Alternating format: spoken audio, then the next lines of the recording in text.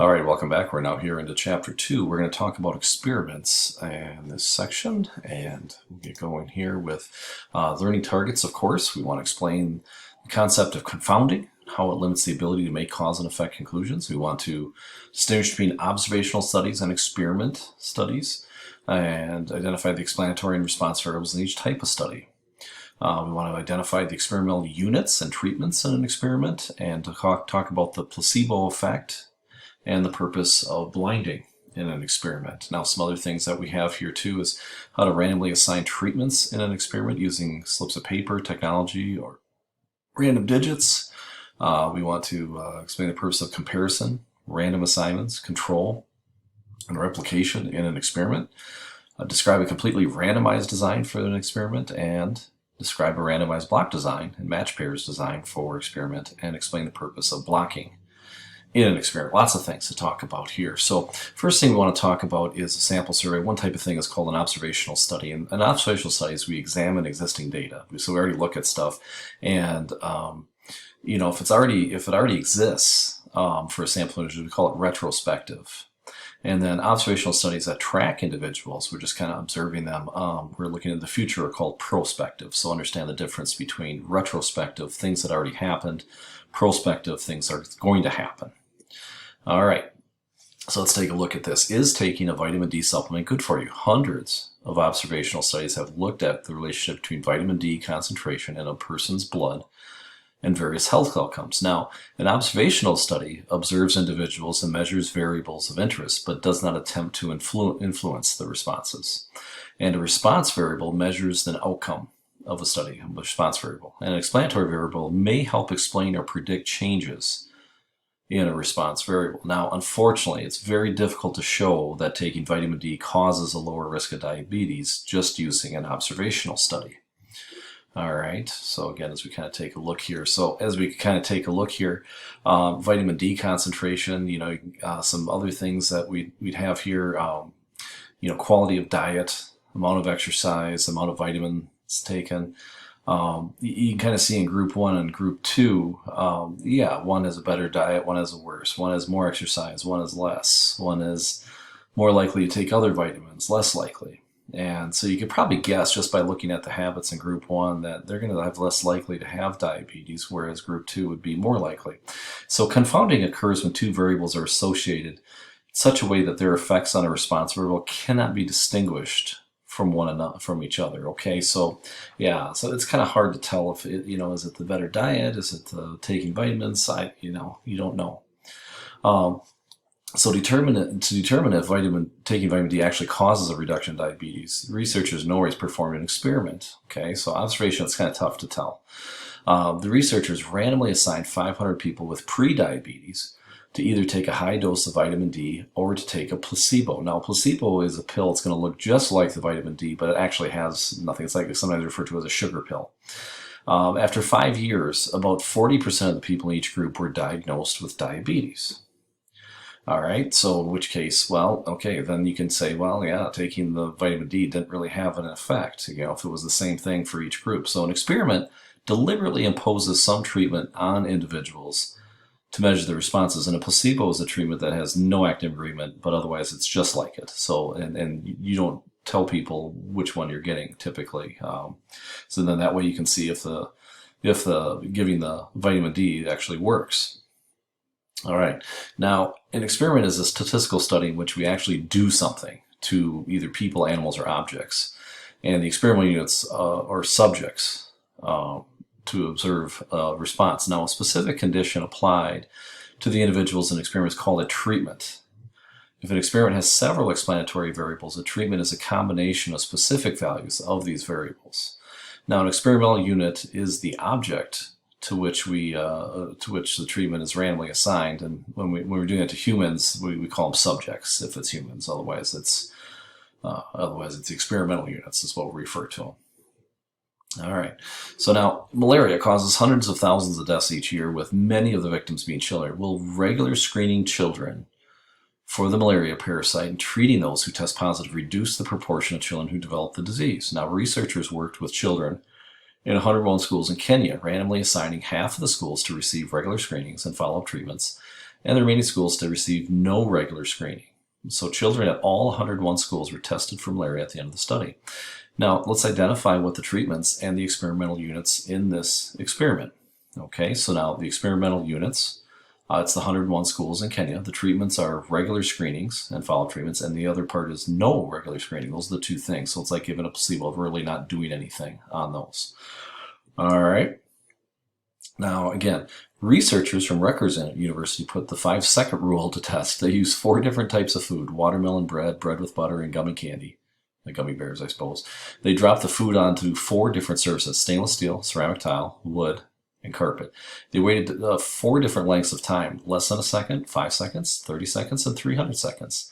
And finally, they used bacteria prepared 2 different ways: in a tryptic soy broth or a peptone buffer. Once the bacteria were ready, the researchers spread them out on different surfaces and started dropping food. Now, list the factors in this experiment and the number of levels for each factor. Now, in this, a factor is a variable that is manipulated and may cause a change in the response variable. The different values of the factor are called levels. Okay, so let's take a look at what we got here. Now, the type of food, okay, that's a factor. All right, we have 4 different levels: watermelon bread, bread, butter, gummy candy. Type of surface is another factor, and again, we have the different ones: stainless steel, tile, wood, and carpet. Amount of time, less than a second, 5 seconds, 30 seconds, 300 seconds. And then the method of bacterial prep. So we had the tryptic soy broth or the peptone buffer. Okay, so those are the factors with the number of levels of each one. All right, now good designs are essential for effective experiments, just as they are for sampling. Now, to see why, let's start with an example of a bad experimental design. So we'd start with experimental units, we give them the treatment, and measure the response. Now, in this design, there are many other variables besides the treatment that are potentially confounded with taking caffeine. So the remedy for potential confounding is to do a comparative experiment with 2 or more groups. All right, so in an experiment, a control group is used to provide a baseline for comparing the effects of others' treatments. Depending on the purpose of the experiment, a control group may be given an active treatment, the placebo, an active treatment, or no treatment at all. All right, now again, on all other aspects, the treatment group should be treated exactly the same, so that the only difference is the treatments. Now, this way, if there is convincing evidence of a difference in average response, we can safely conclude it was caused by the treatments, because that's the only thing that was different. All right, now the placebo effect describes the fact that some subjects in an experiment will respond favorably to a treatment, even if it's inactive. So even if you give them a sugar pill, and they've done this with different experiments, people will actually get better, or actually be like people who receive the treatment. All right, in a double-blind experiment, neither the subject nor those who interact with them and measure the response variables know whether they got this treatment or not. They don't know which one they have. And in a single-blind experiment, either the subjects don't know the treatment they're receiving, or the people who interact with them don't know which ones are getting treatment. So single-blind, one or the other. Double-blind, neither the subjects or the people measuring know. All right. Now, to create roughly equivalent groups at the beginning of experiment, we use random assignment to determine which experimental units will get each treatment. Now, in an experiment, random assignment means that experimental units are assigned to treatments using a chance process. All right, so let's take a look at this. A total of 20 students have agreed to participate in an experiment comparing the effects of caffeinated cola and caffeine-free cola on pulse rates. Describe how you'd randomly assign 10 students to each of the 2 treatments. So you could use 20 identical slips of paper using technology and using table D, remember the random digits. Well, if we did 10 slips of paper, or 20 slips of paper, we could put A on 10 and B on the other 10. Hand them out. Mix them up, hand them out, and then A could be the group that gets caffeine, B is the group that doesn't. Very simple. We could label each student with a different integer, 1 to 20, use the random number generator. Students with the labels receive the cola with the caffeine, so the remaining 10 students get the ones that without caffeine. Or again, we could go to our table D and assign digits from 0, 1 to 20, 20, 20, yeah. So, and then just go to a line and go from left to right. And the first 10, those would be the ones that get the caffeine. The remaining 10 don't. So lots of different ways that we could randomly assign people to groups. All right, now in an experiment, control means keeping other variables constant. for all other experimental units. So after randomly assigning treatments and controlling other variables, treatment groups should be about the same except for the treatments. Then a difference in the average response must be due to either the treatments themselves or to the random assignment.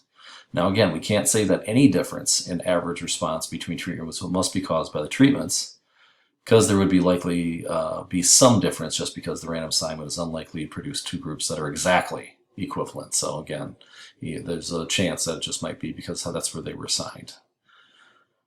Now in an experiment, replication, means using enough experimental units to distinguish a difference in the effects of the treatments from chance variation due to the random assignment. So the more you do, the more experiments you do, the units that you have, the more people you put in there, the better you're going to be. So in statistics, replication means use enough subjects. In other fields, replication might be something different, but in statistics, we're just saying, hey, replication, do it enough times to make it right. Okay, use enough subjects is what we're saying. All right, so put it all together. Now the basic principles for design experiments are this: comparison, use a design that compares two or more treatments. We want to do a random assignment, use chance to assign experimental units to treatments. Doing so helps create roughly equivalent groups of experimental units by balancing the effects of other variables among the treatment groups. Make sure we have control, keep everything, all other variables the same, especially variables that are likely to affect the response variable. And then replication, make sure that we're using enough experimental units in each group so that any differences in the effects of the treatments can be distinguished from just chance differences between the groups. Okay, so in a completely randomized design, the experimental units are assigned to the treatments completely by chance. So we start with the experimental units. All right, we're going to randomly assign them into group 1 and group 2. We're going to apply the treatments, and then we're going to compare the response variables. All right, now a block is a group of experimental units that are known before the experiment to be similar in some way that is expected to affect the response to the treatments. And in a randomized block design, the random assignment of experimental units to treatments is carried out separately within each block. So using a randomized block design allows us to account for the variation in the response that is due to the blocking variable. This makes it easier to determine if one treatment is really more effective than another. Now, when blocks are formed wisely, it's easier to find convincing evidence that one treatment is more effective than another. Okay, let's show it like kind of a sign here. So now, again, we have 10 volunteers, and the assignment to blocks this isn't random. So like say out of the 10 volunteers, let's say we have 4 smartphone users and 6 are not smartphone users.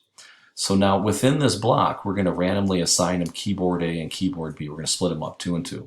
And in this group, since there's 6, we're going to randomly assign them to keyboard A and keyboard 2 as well, splitting them up 3 and 3.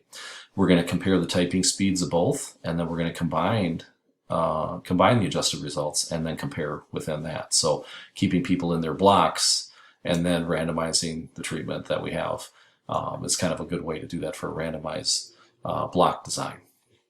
Okay, so a match pairs design is comparing experimental designs for comparing 2 treatments that uses blocks of size 2.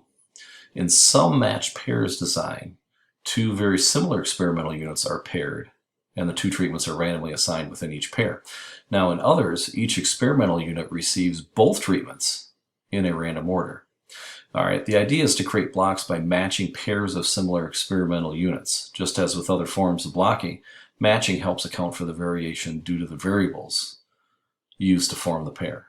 Okay, so again, all the different things that we talked about at the beginning here, these are again the different learning targets that you have. Make sure we understand those, and we'll get some practice, like I said, seeing examples of those. Really, those exercises that we have in the book do just a fantastic job of giving us experiment with those. So again, we will get that done, to get some assignments, get some work done, and until next time, I am Mr. Boone.